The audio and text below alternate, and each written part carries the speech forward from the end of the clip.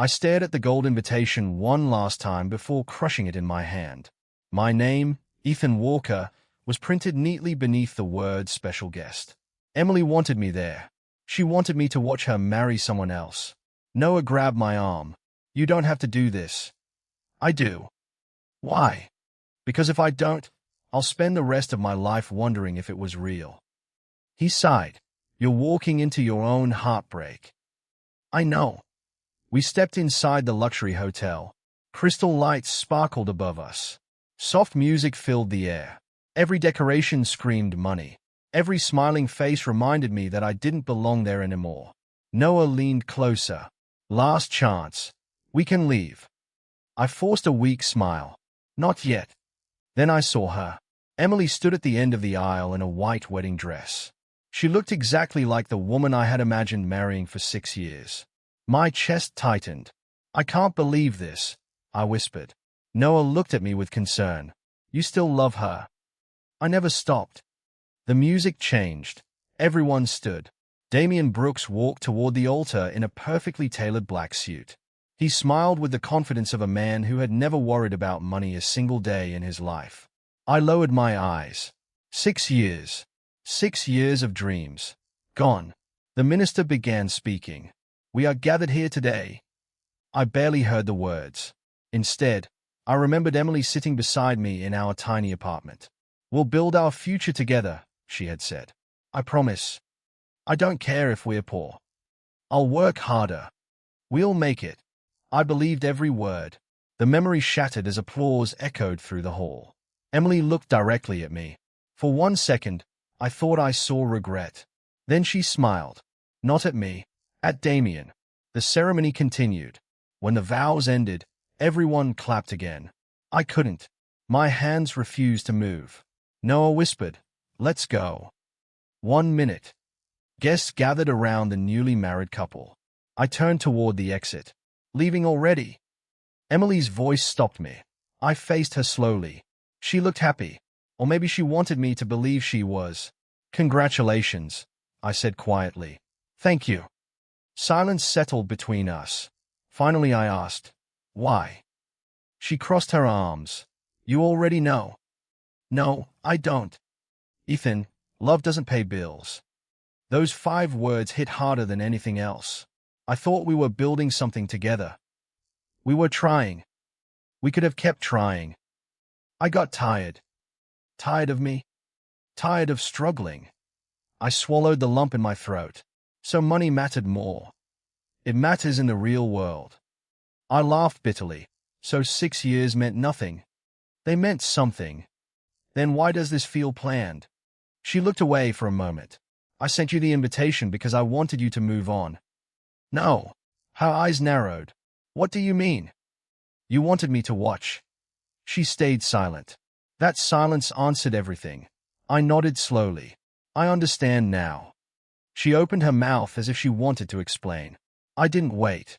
I turned around and walked toward the hotel doors, feeling something inside me break forever. Cold evening air hit my face the moment I stepped outside. I kept walking until I reached the empty parking lot. My legs felt weak. Noah caught up with me. Ethan, wait. I'm fine. No, you're not. I looked at him and laughed without joy. Did you hear what she said? I did. Love doesn't pay bills. I'm sorry. I gave her everything I had. I know. I worked 2 jobs. I know. I skipped meals so she could finish college. I know. So why wasn't that enough? Noah stayed quiet because neither of us had an answer. My phone suddenly rang. The screen showed Harold Bennett. I quickly answered. Harold. Instead of his calm voice, a woman spoke. Is this Ethan Walker? Yes. My name is Claire. I'm a nurse at St. Mary's Hospital. My heart skipped. What's wrong? I'm sorry to tell you that Mr. Bennett suffered a severe heart attack. I froze. Can I speak with him? There isn't much time. I'll be there. Hurry. The call ended. Noah frowned. What happened? It's Harold. We're going. We rushed to the hospital without another word. The drive felt endless. I kept praying under my breath. Please don't leave. 15 minutes later, we reached the intensive care unit. A nurse stopped us. Only one visitor. Noah squeezed my shoulder. I'll wait. I nodded and entered the room. Harold looked smaller than I had ever seen him. Machines beeped softly beside the bed. He smiled when he noticed me. You came. Of course I came. I heard about today. I lowered my head. It doesn't matter anymore. It matters because you're hurting. I'll survive. You always do. I tried to smile, but tears filled my eyes. I couldn't save my relationship. He slowly reached for my hand. Ethan, listen carefully. I'm listening. There are things I never told you. What things? They weren't my secrets alone. I frowned. I don't understand. You will. He pointed weakly toward a brown envelope resting on the bedside table. Take it. I picked it up. What is this? Don't open it here. Why not? Promise me. I promise. His breathing became heavier. Harold, stop talking. No, you need to rest. I've rested enough. My chest tightened. You've always treated me like family. Because. He paused, struggling for air. Because what? His eyes filled with emotion. One day, you'll know why. What does that mean? He gave me a faint smile. You are stronger than you believe. I don't feel strong. You will. The heart monitor suddenly changed rhythm. Doctors rushed inside. Sir, please step back. Harold. A doctor began chest compressions. Another prepared emergency equipment. I stood frozen near the door. Come on, I whispered. You can't leave. The monitor produced one long, steady tone. The room became silent. A doctor looked at me with gentle eyes. I'm sorry. My knees almost gave out. The envelope slipped from my hand onto the floor. I picked it up with trembling fingers. Across the front, written in Harold's careful handwriting, were the words, For Ethan Walker. Open only after my death. Everything you believe about your past is incomplete. I stared at the sentence. Emily had shattered my heart only hours earlier. Now the man who had guided me through the hardest years of my life was gone. I clutched the envelope against my chest.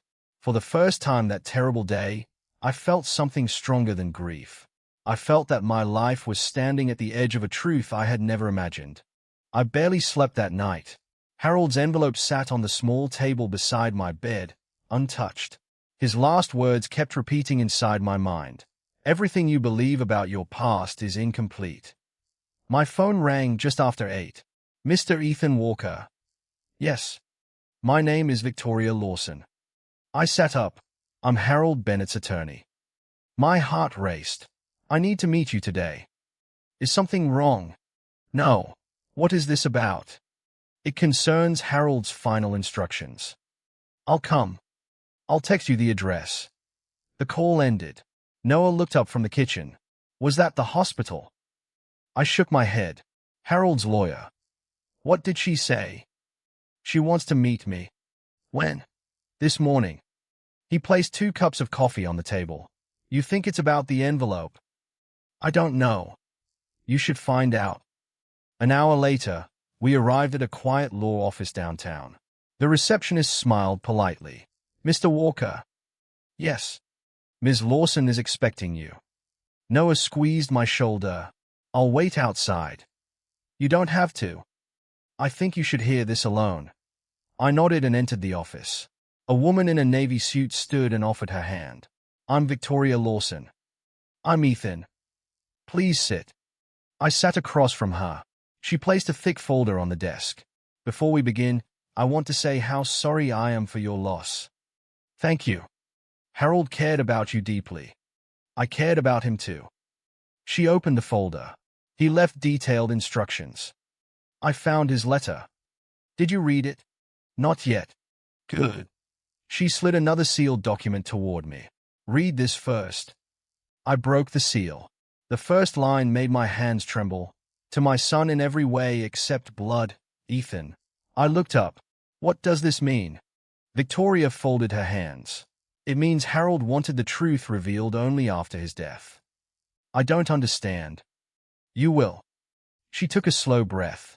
Your parents established a private family trust before they died. I stared at her. My parents? Yes. I was told they had nothing. That wasn't true. Who told me that? We'll discuss that later. My pulse quickened. Please keep going. After their accident, Harold became the trustee. So he controlled everything. He protected everything. Why keep it from me? Because someone tried to claim the money illegally. I leaned forward. I can't answer that yet. My frustration grew. Then tell me what you can. Victoria nodded. Harold invested the trust over many years. In what? Technology companies. Were they successful? They became some of the largest companies in the country. I blinked. How much are we talking about? She met my eyes without hesitation. More than you can imagine. I laughed nervously.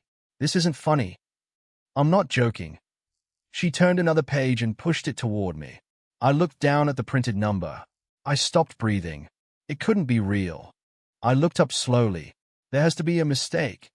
Victoria gently shook her head. There isn't. I've never even seen this much money written on paper. I understand. You're saying it belongs to me? Yes. All of it. Every legal asset listed in the trust. I rubbed my forehead. I don't know what to say. You don't have to say anything today. How much is everything worth? She opened another document. The estimated value is slightly above $3 billion. I stared at her. $3 billion. Yes. My thoughts became a blur. Yesterday I had lost the woman I loved. Today I had inherited a fortune beyond imagination. None of it felt real. Victoria spoke softly. Harold hoped this money would give you freedom, not pride. I never asked for any of this. He knew. She handed me Harold's letter. You should read it now. I opened the envelope with trembling hands. The first sentence brought tears to my eyes. Ethan, wealth is only valuable when it protects your character instead of replacing it. I kept reading silently.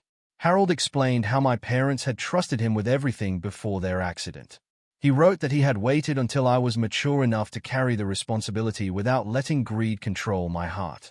I folded the letter carefully. I'll do my best. Victoria smiled. I believe you will. Outside the office, Noah stood as soon as he saw me. What happened? I don't know how to explain it. Try. I handed him the papers. He read quietly. Then he looked at me. You're serious? I wish I were joking. He laughed in disbelief. You became a billionaire overnight. It doesn't feel exciting. Why? Because I still remember yesterday. He nodded slowly. Money won't erase that. I know. But it can help you build a better future. I don't want revenge to become my purpose. Good. I want something bigger. Like what? I want to become someone my parents and Harold would be proud of. He smiled.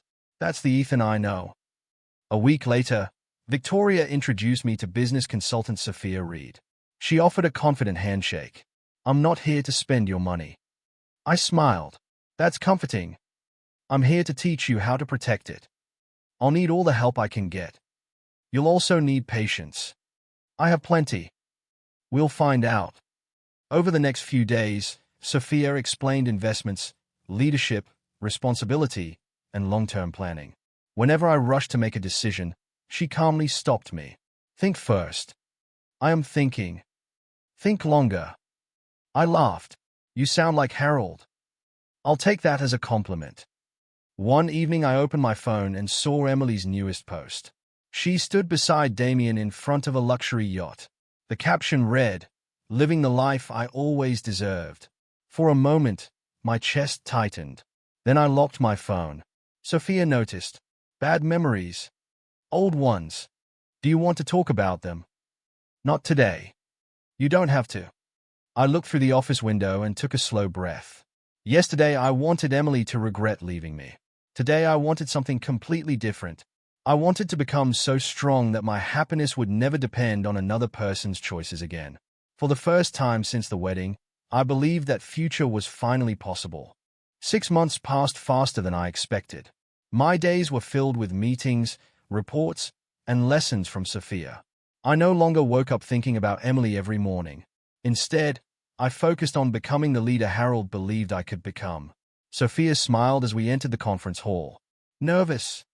A little. Good. Good. It means you care. I laughed. That's one way to see it. She adjusted my tie. You'll do fine. You always sound confident. Because I've watched you earn this. I looked around. Hundreds of business leaders filled the ballroom. Large screens displayed my name beside the words keynote speaker. I shook my head. Sometimes I still feel like the same man who worked in Harold's small office. Sophia smiled. Never forget that man. I won't. An event organizer approached us. Mr. Walker. Yes. We're ready for you. I nodded. Let's do this. As I walked toward the stage, applause echoed through the hall. I stepped behind the podium and looked across the audience. Then I froze. Emily was sitting beside Damien. Our eyes met. The smile disappeared from her face. She stared at me as if she had seen a ghost. I took a slow breath. Good afternoon, everyone. The audience became quiet.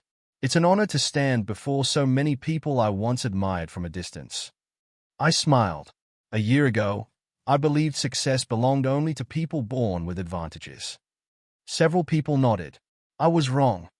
I continued speaking about responsibility, leadership, and protecting trust instead of chasing quick profits. The room listened carefully. When I finished, everyone stood and applauded. I stepped off the stage. Sophia met me with a proud smile. You were amazing. I survived. You did more than survive. Before I could answer, I heard a familiar voice. Ethan. I turned slowly. Emily stood only a few feet away. She looked shocked.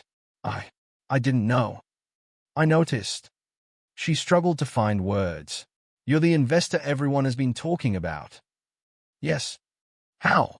It's a long story. She stared at me. You look different. I've changed. I can see that. An awkward silence followed. Damien walked toward us with a confident smile. Ethan Walker. I offered my hand. Damien. He shook it firmly. Excellent speech. Thank you. I didn't realize your company had grown so quickly. We've been busy. He chuckled. I'll have to learn more about your business. I'd be happy to answer professional questions. Emily glanced between us. Neither of us spoke. Damien broke the silence. We should schedule lunch sometime. That sounds reasonable. He smiled again. I enjoy meeting successful people. So do I. His phone buzzed. He checked the screen. For the first time, his expression changed. He looked at me again. Walker Technologies. Yes. That's your company. It is. His smile faded. I've heard of it. I imagine you have. He slipped his phone into his pocket. This conversation just became much more interesting. Damien folded his arms. I didn't expect to meet the owner of Walker Technologies today. I smiled politely. Life enjoys surprises. It certainly does. Emily looked at me, then at Damien. You never told me his company was growing this fast. Damien answered before I could. I didn't know either. I said calmly, we've stayed quiet while we expanded. He gave a short laugh. That's smart. I've had good teachers. Sophia stepped beside me. Ethan, the panel discussion starts in 10 minutes. I nodded. I'll be there. Damien glanced at her. And you are? Sophia Reed. I work with Ethan. She didn't sound nervous. She sounded confident. Damien extended his hand. I've heard your name. I hope for the right reasons. He smiled. I respect talented people. Sophia answered. Respect should always be earned. I noticed Emily watching us. There was something in her eyes that hadn't been there before. Regret. She waited until Damien answered another phone call. Ethan, can we talk? We're talking. I mean, alone. I looked toward Sophia. I'll meet you inside, she said softly before walking away. Emily took a deep breath. I never imagined this. Neither did I. I thought. You thought I would always stay the same. She lowered her eyes. I'm sorry. Sorry for leaving. Sorry for hurting you. I stayed quiet. She continued. I told myself I made the right decision. Did you? I tried to believe it. And now? She looked directly at me. Now I don't know what to believe. I remembered the wedding. I remembered her words. Love doesn't pay bills. They still echoed inside me. You were honest that day, I said. I was cruel. Both can be true. Tears gathered in her eyes. I didn't understand what I was throwing away. You understood enough to make your choice. I thought security mattered more. And now? I miss the man who believed in me before anyone else did. I took a slow breath. I believed in us. I know. You stopped believing. She couldn't answer. Her silence said everything. Damien returned with a forced smile. Everything all right? Emily quickly wiped her eyes. Yes. He looked at me. I hope she wasn't bothering you. No. We were finishing an old conversation. His smile became tighter. I see. Before anyone spoke again, several reporters entered the hallway. Cameras flashed around us. One reporter called out, Mr. Brooks, do you have a comment about the allegations against your overseas investment partners? Damien's face changed instantly. What allegations? Another reporter stepped forward. Investigative journalist Olivia Grant published documents this morning claiming your company approved payments to firms under financial investigation. Damien frowned. Those claims are false. Will you answer questions? My legal team will respond. He grabbed Emily's hand. We're leaving. They hurried away through a side exit. The reporters followed. I stood quietly, watching the crowd disappear. Sophia returned a few moments later. What happened? I don't know yet. She looked toward the exit. Something serious. Just then my phone vibrated. It was Noah. Turn on the news, he said the moment I answered. Why? Olivia Grant just released another report. About Damien. Yes. Is it bad? It's worse than bad. I opened the article on my phone. The headline filled the screen. Exclusive, hidden financial records raise major questions about Brooks Global Holdings. Sophia read over my shoulder. This could change everything. I slowly locked my phone.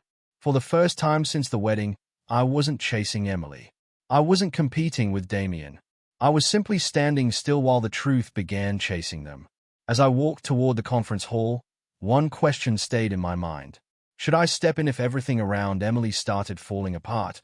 Or should I let the consequences of her own choices reach her without my interference?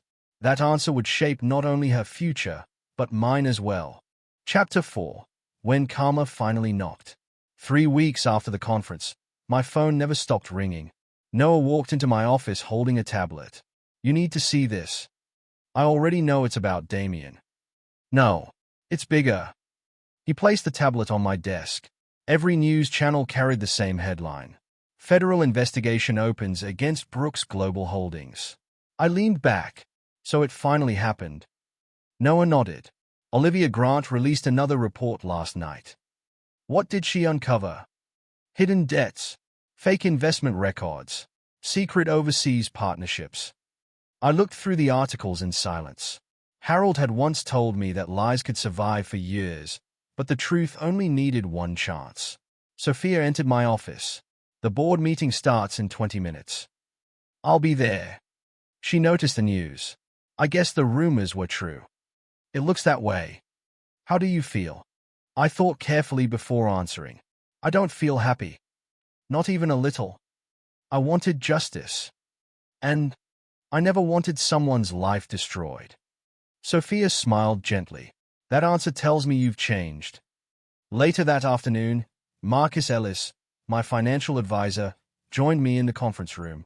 He closed the door. We need to talk. About Damien. Yes. I nodded. I'm listening. Marcus placed several files on the table. Some investors believe you should buy Brooks Global before it collapses. I have no interest in that. They also think you should publicly help Damien. I looked at him in disbelief. Why would I do that? Because the media knows about your history with Emily. I sighed. They think helping him would make me look generous. Marcus folded his arms. It could also damage your reputation. How? If investigators discover hidden problems after you get involved, people may question your judgment. So you're telling me to stay away. I'm telling you to protect everything you've built. I understand. Before our meeting ended, my assistant knocked on the door. Mr. Walker. Yes. There's a woman asking to see you. Who is it? Emily Carter. The room became silent. Marcus looked at me. You don't have to meet her. I took a slow breath. I'll talk to her. She stood near the window when I entered the reception room. She looked completely different. The expensive confidence she once carried had disappeared. Her eyes were red. Ethan. Hello, Emily. She struggled to speak. I don't know where to begin. Start with the truth. Tears rolled down her face. I married Damien because I wanted security. I stayed quiet. I convinced myself I loved him. And did you? She slowly shook her head. No. What did you love? The life I thought he could give me. I looked out the window. You already told me once that love doesn't pay bills. I was wrong. You believed those words. I did. And now? I'd give up every expensive thing I own if I could erase that day. Silence filled the room. She stepped closer. I made the biggest mistake of my life. I know. I hurt the only man who truly cared about me. I closed my eyes for a moment. You hurt me more than you ever realized. I'm sorry. I believe you are. She looked at me with hope. Does that mean you can forgive me? I already have. A small smile appeared on her face. Then I finished my sentence. But forgiveness doesn't mean we can go back. Her smile disappeared. I was afraid you'd say that. You made your choice. I know. I've spent months rebuilding my life. I can see that. I'm not willing to lose myself again. She wiped away more tears. Could we at least try? I gently shook my head. No, not because you hate me. No. Then why? Because I finally learned to respect myself. She covered her face with both hands. I deserve that. I walked to the door. Emily. She looked up. I truly hope you rebuild your life. You mean that? I do. But I can't be the one who rebuilds it for you. She nodded slowly. I understand. As she reached the door, she turned back one last time. I really did love you once. I know. I was just too foolish to protect it. After she left, I stood quietly for several minutes. Grace, my younger sister, entered the office carrying lunch. I saw Emily leaving. You did. How are you? I'm all right. She sat across from me. Do you remember the night after the wedding? I do. You cried until sunrise. I smiled sadly. I remember. I've never forgotten. I don't cry anymore. Because you healed. I think I finally have. Grace reached across the table and squeezed my hand. I'm proud of you. Thank you. That evening I looked across the city from my office window. I realized I no longer wanted revenge. I no longer needed Emily's regret to prove my worth. Karma had arrived without my help. The greatest victory was not watching someone else fall. It was refusing to fall with them. Chapter 5. The Life I Never Expected. 6 months passed. Life became quieter. Not because the world had stopped changing, but because I had. One morning Noah walked into my office carrying fresh newspapers. He smiled. I thought you'd want to see this. What happened? He placed the paper in front of me. The headline read, Damien Brooks sentenced for financial crimes. I looked at it for a few seconds. So it's finally over. Noah nodded. The court found him guilty on every major charge. I never imagined it would end like this. Neither did anyone else. I folded the newspaper. I don't feel happy. You don't. I feel relieved. Noah smiled. That's probably healthier. A few minutes later, Sophia knocked on my office door. Am I interrupting? Never. She stepped inside. I heard the news. So did I. She sat across from me. How are you feeling? I thought carefully. Peaceful. Really? For the first time in a long time.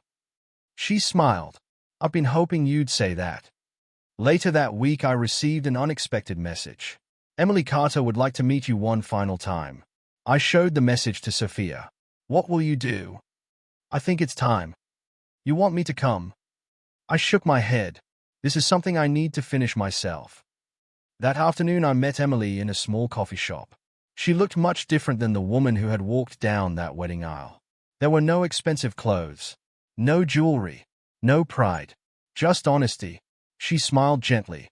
Thank you for coming. I wanted us to leave the past behind. So did I. She wrapped both hands around her cup. I found a small job. I'm glad. I'm renting a tiny apartment. How does it feel? Peaceful. I smiled. I understand. She looked at me. I finally learned that money can buy comfort, but not trust. She nodded. Or love. Silence settled between us. Then she spoke again. I don't expect forgiveness. You already have it. I don't expect another chance either. There isn't one. She nodded without arguing. I know. She took a slow breath. I only wanted to tell you something. I'm listening. You were the best person I ever had. I stayed quiet. I was too blind to see it. I hope you've forgiven yourself. I'm still trying. You will. She smiled through tears. I hope so. We stood. She offered her hand. Instead, I gave her a brief hug. Take care of yourself. You too, Ethan. She walked away without looking back. For the first time, neither of us cried. That chapter of my life had finally ended. A few days later, Sophia invited me to dinner. She laughed as we walked through the park. You've been smiling more. Have I? Almost every day. I guess life feels lighter. She stopped walking. Ethan. Yes. I want to ask you something. You suddenly sound nervous. I am. She smiled. When we first met, I promised to help you become a better leader. You did. But somewhere along the way, she hesitated. I fell in love with the man behind the success. My heart raced. I stepped closer. I've been trying not to say those same words. She laughed softly. Really? I didn't want to ruin what we had. You won't? I reached for her hand. I don't need a perfect future. Neither do I. I just want an honest one. She smiled. I'd like that. We stood together as the evening sun disappeared beyond the city skyline. Months later, I visited Harold's grave carrying the letter that had changed my life. I placed fresh flowers beside the stone. I finally understand what you were trying to teach me. The wind moved gently through the trees. I thought becoming a billionaire would be my greatest victory. I smiled. I was wrong. My greatest victory was refusing to let pain turn me into someone I couldn't respect. I looked toward the sky. Thank you for believing in me before I believed in myself.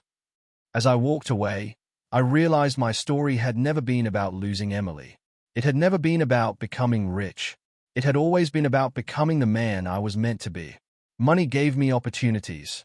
Forgiveness gave me freedom. Love found me only after I stopped chasing people who could not value it.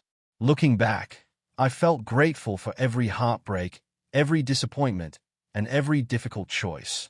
Without those moments, I would never have discovered my strength, my purpose, or the quiet happiness waiting on the other side of pain.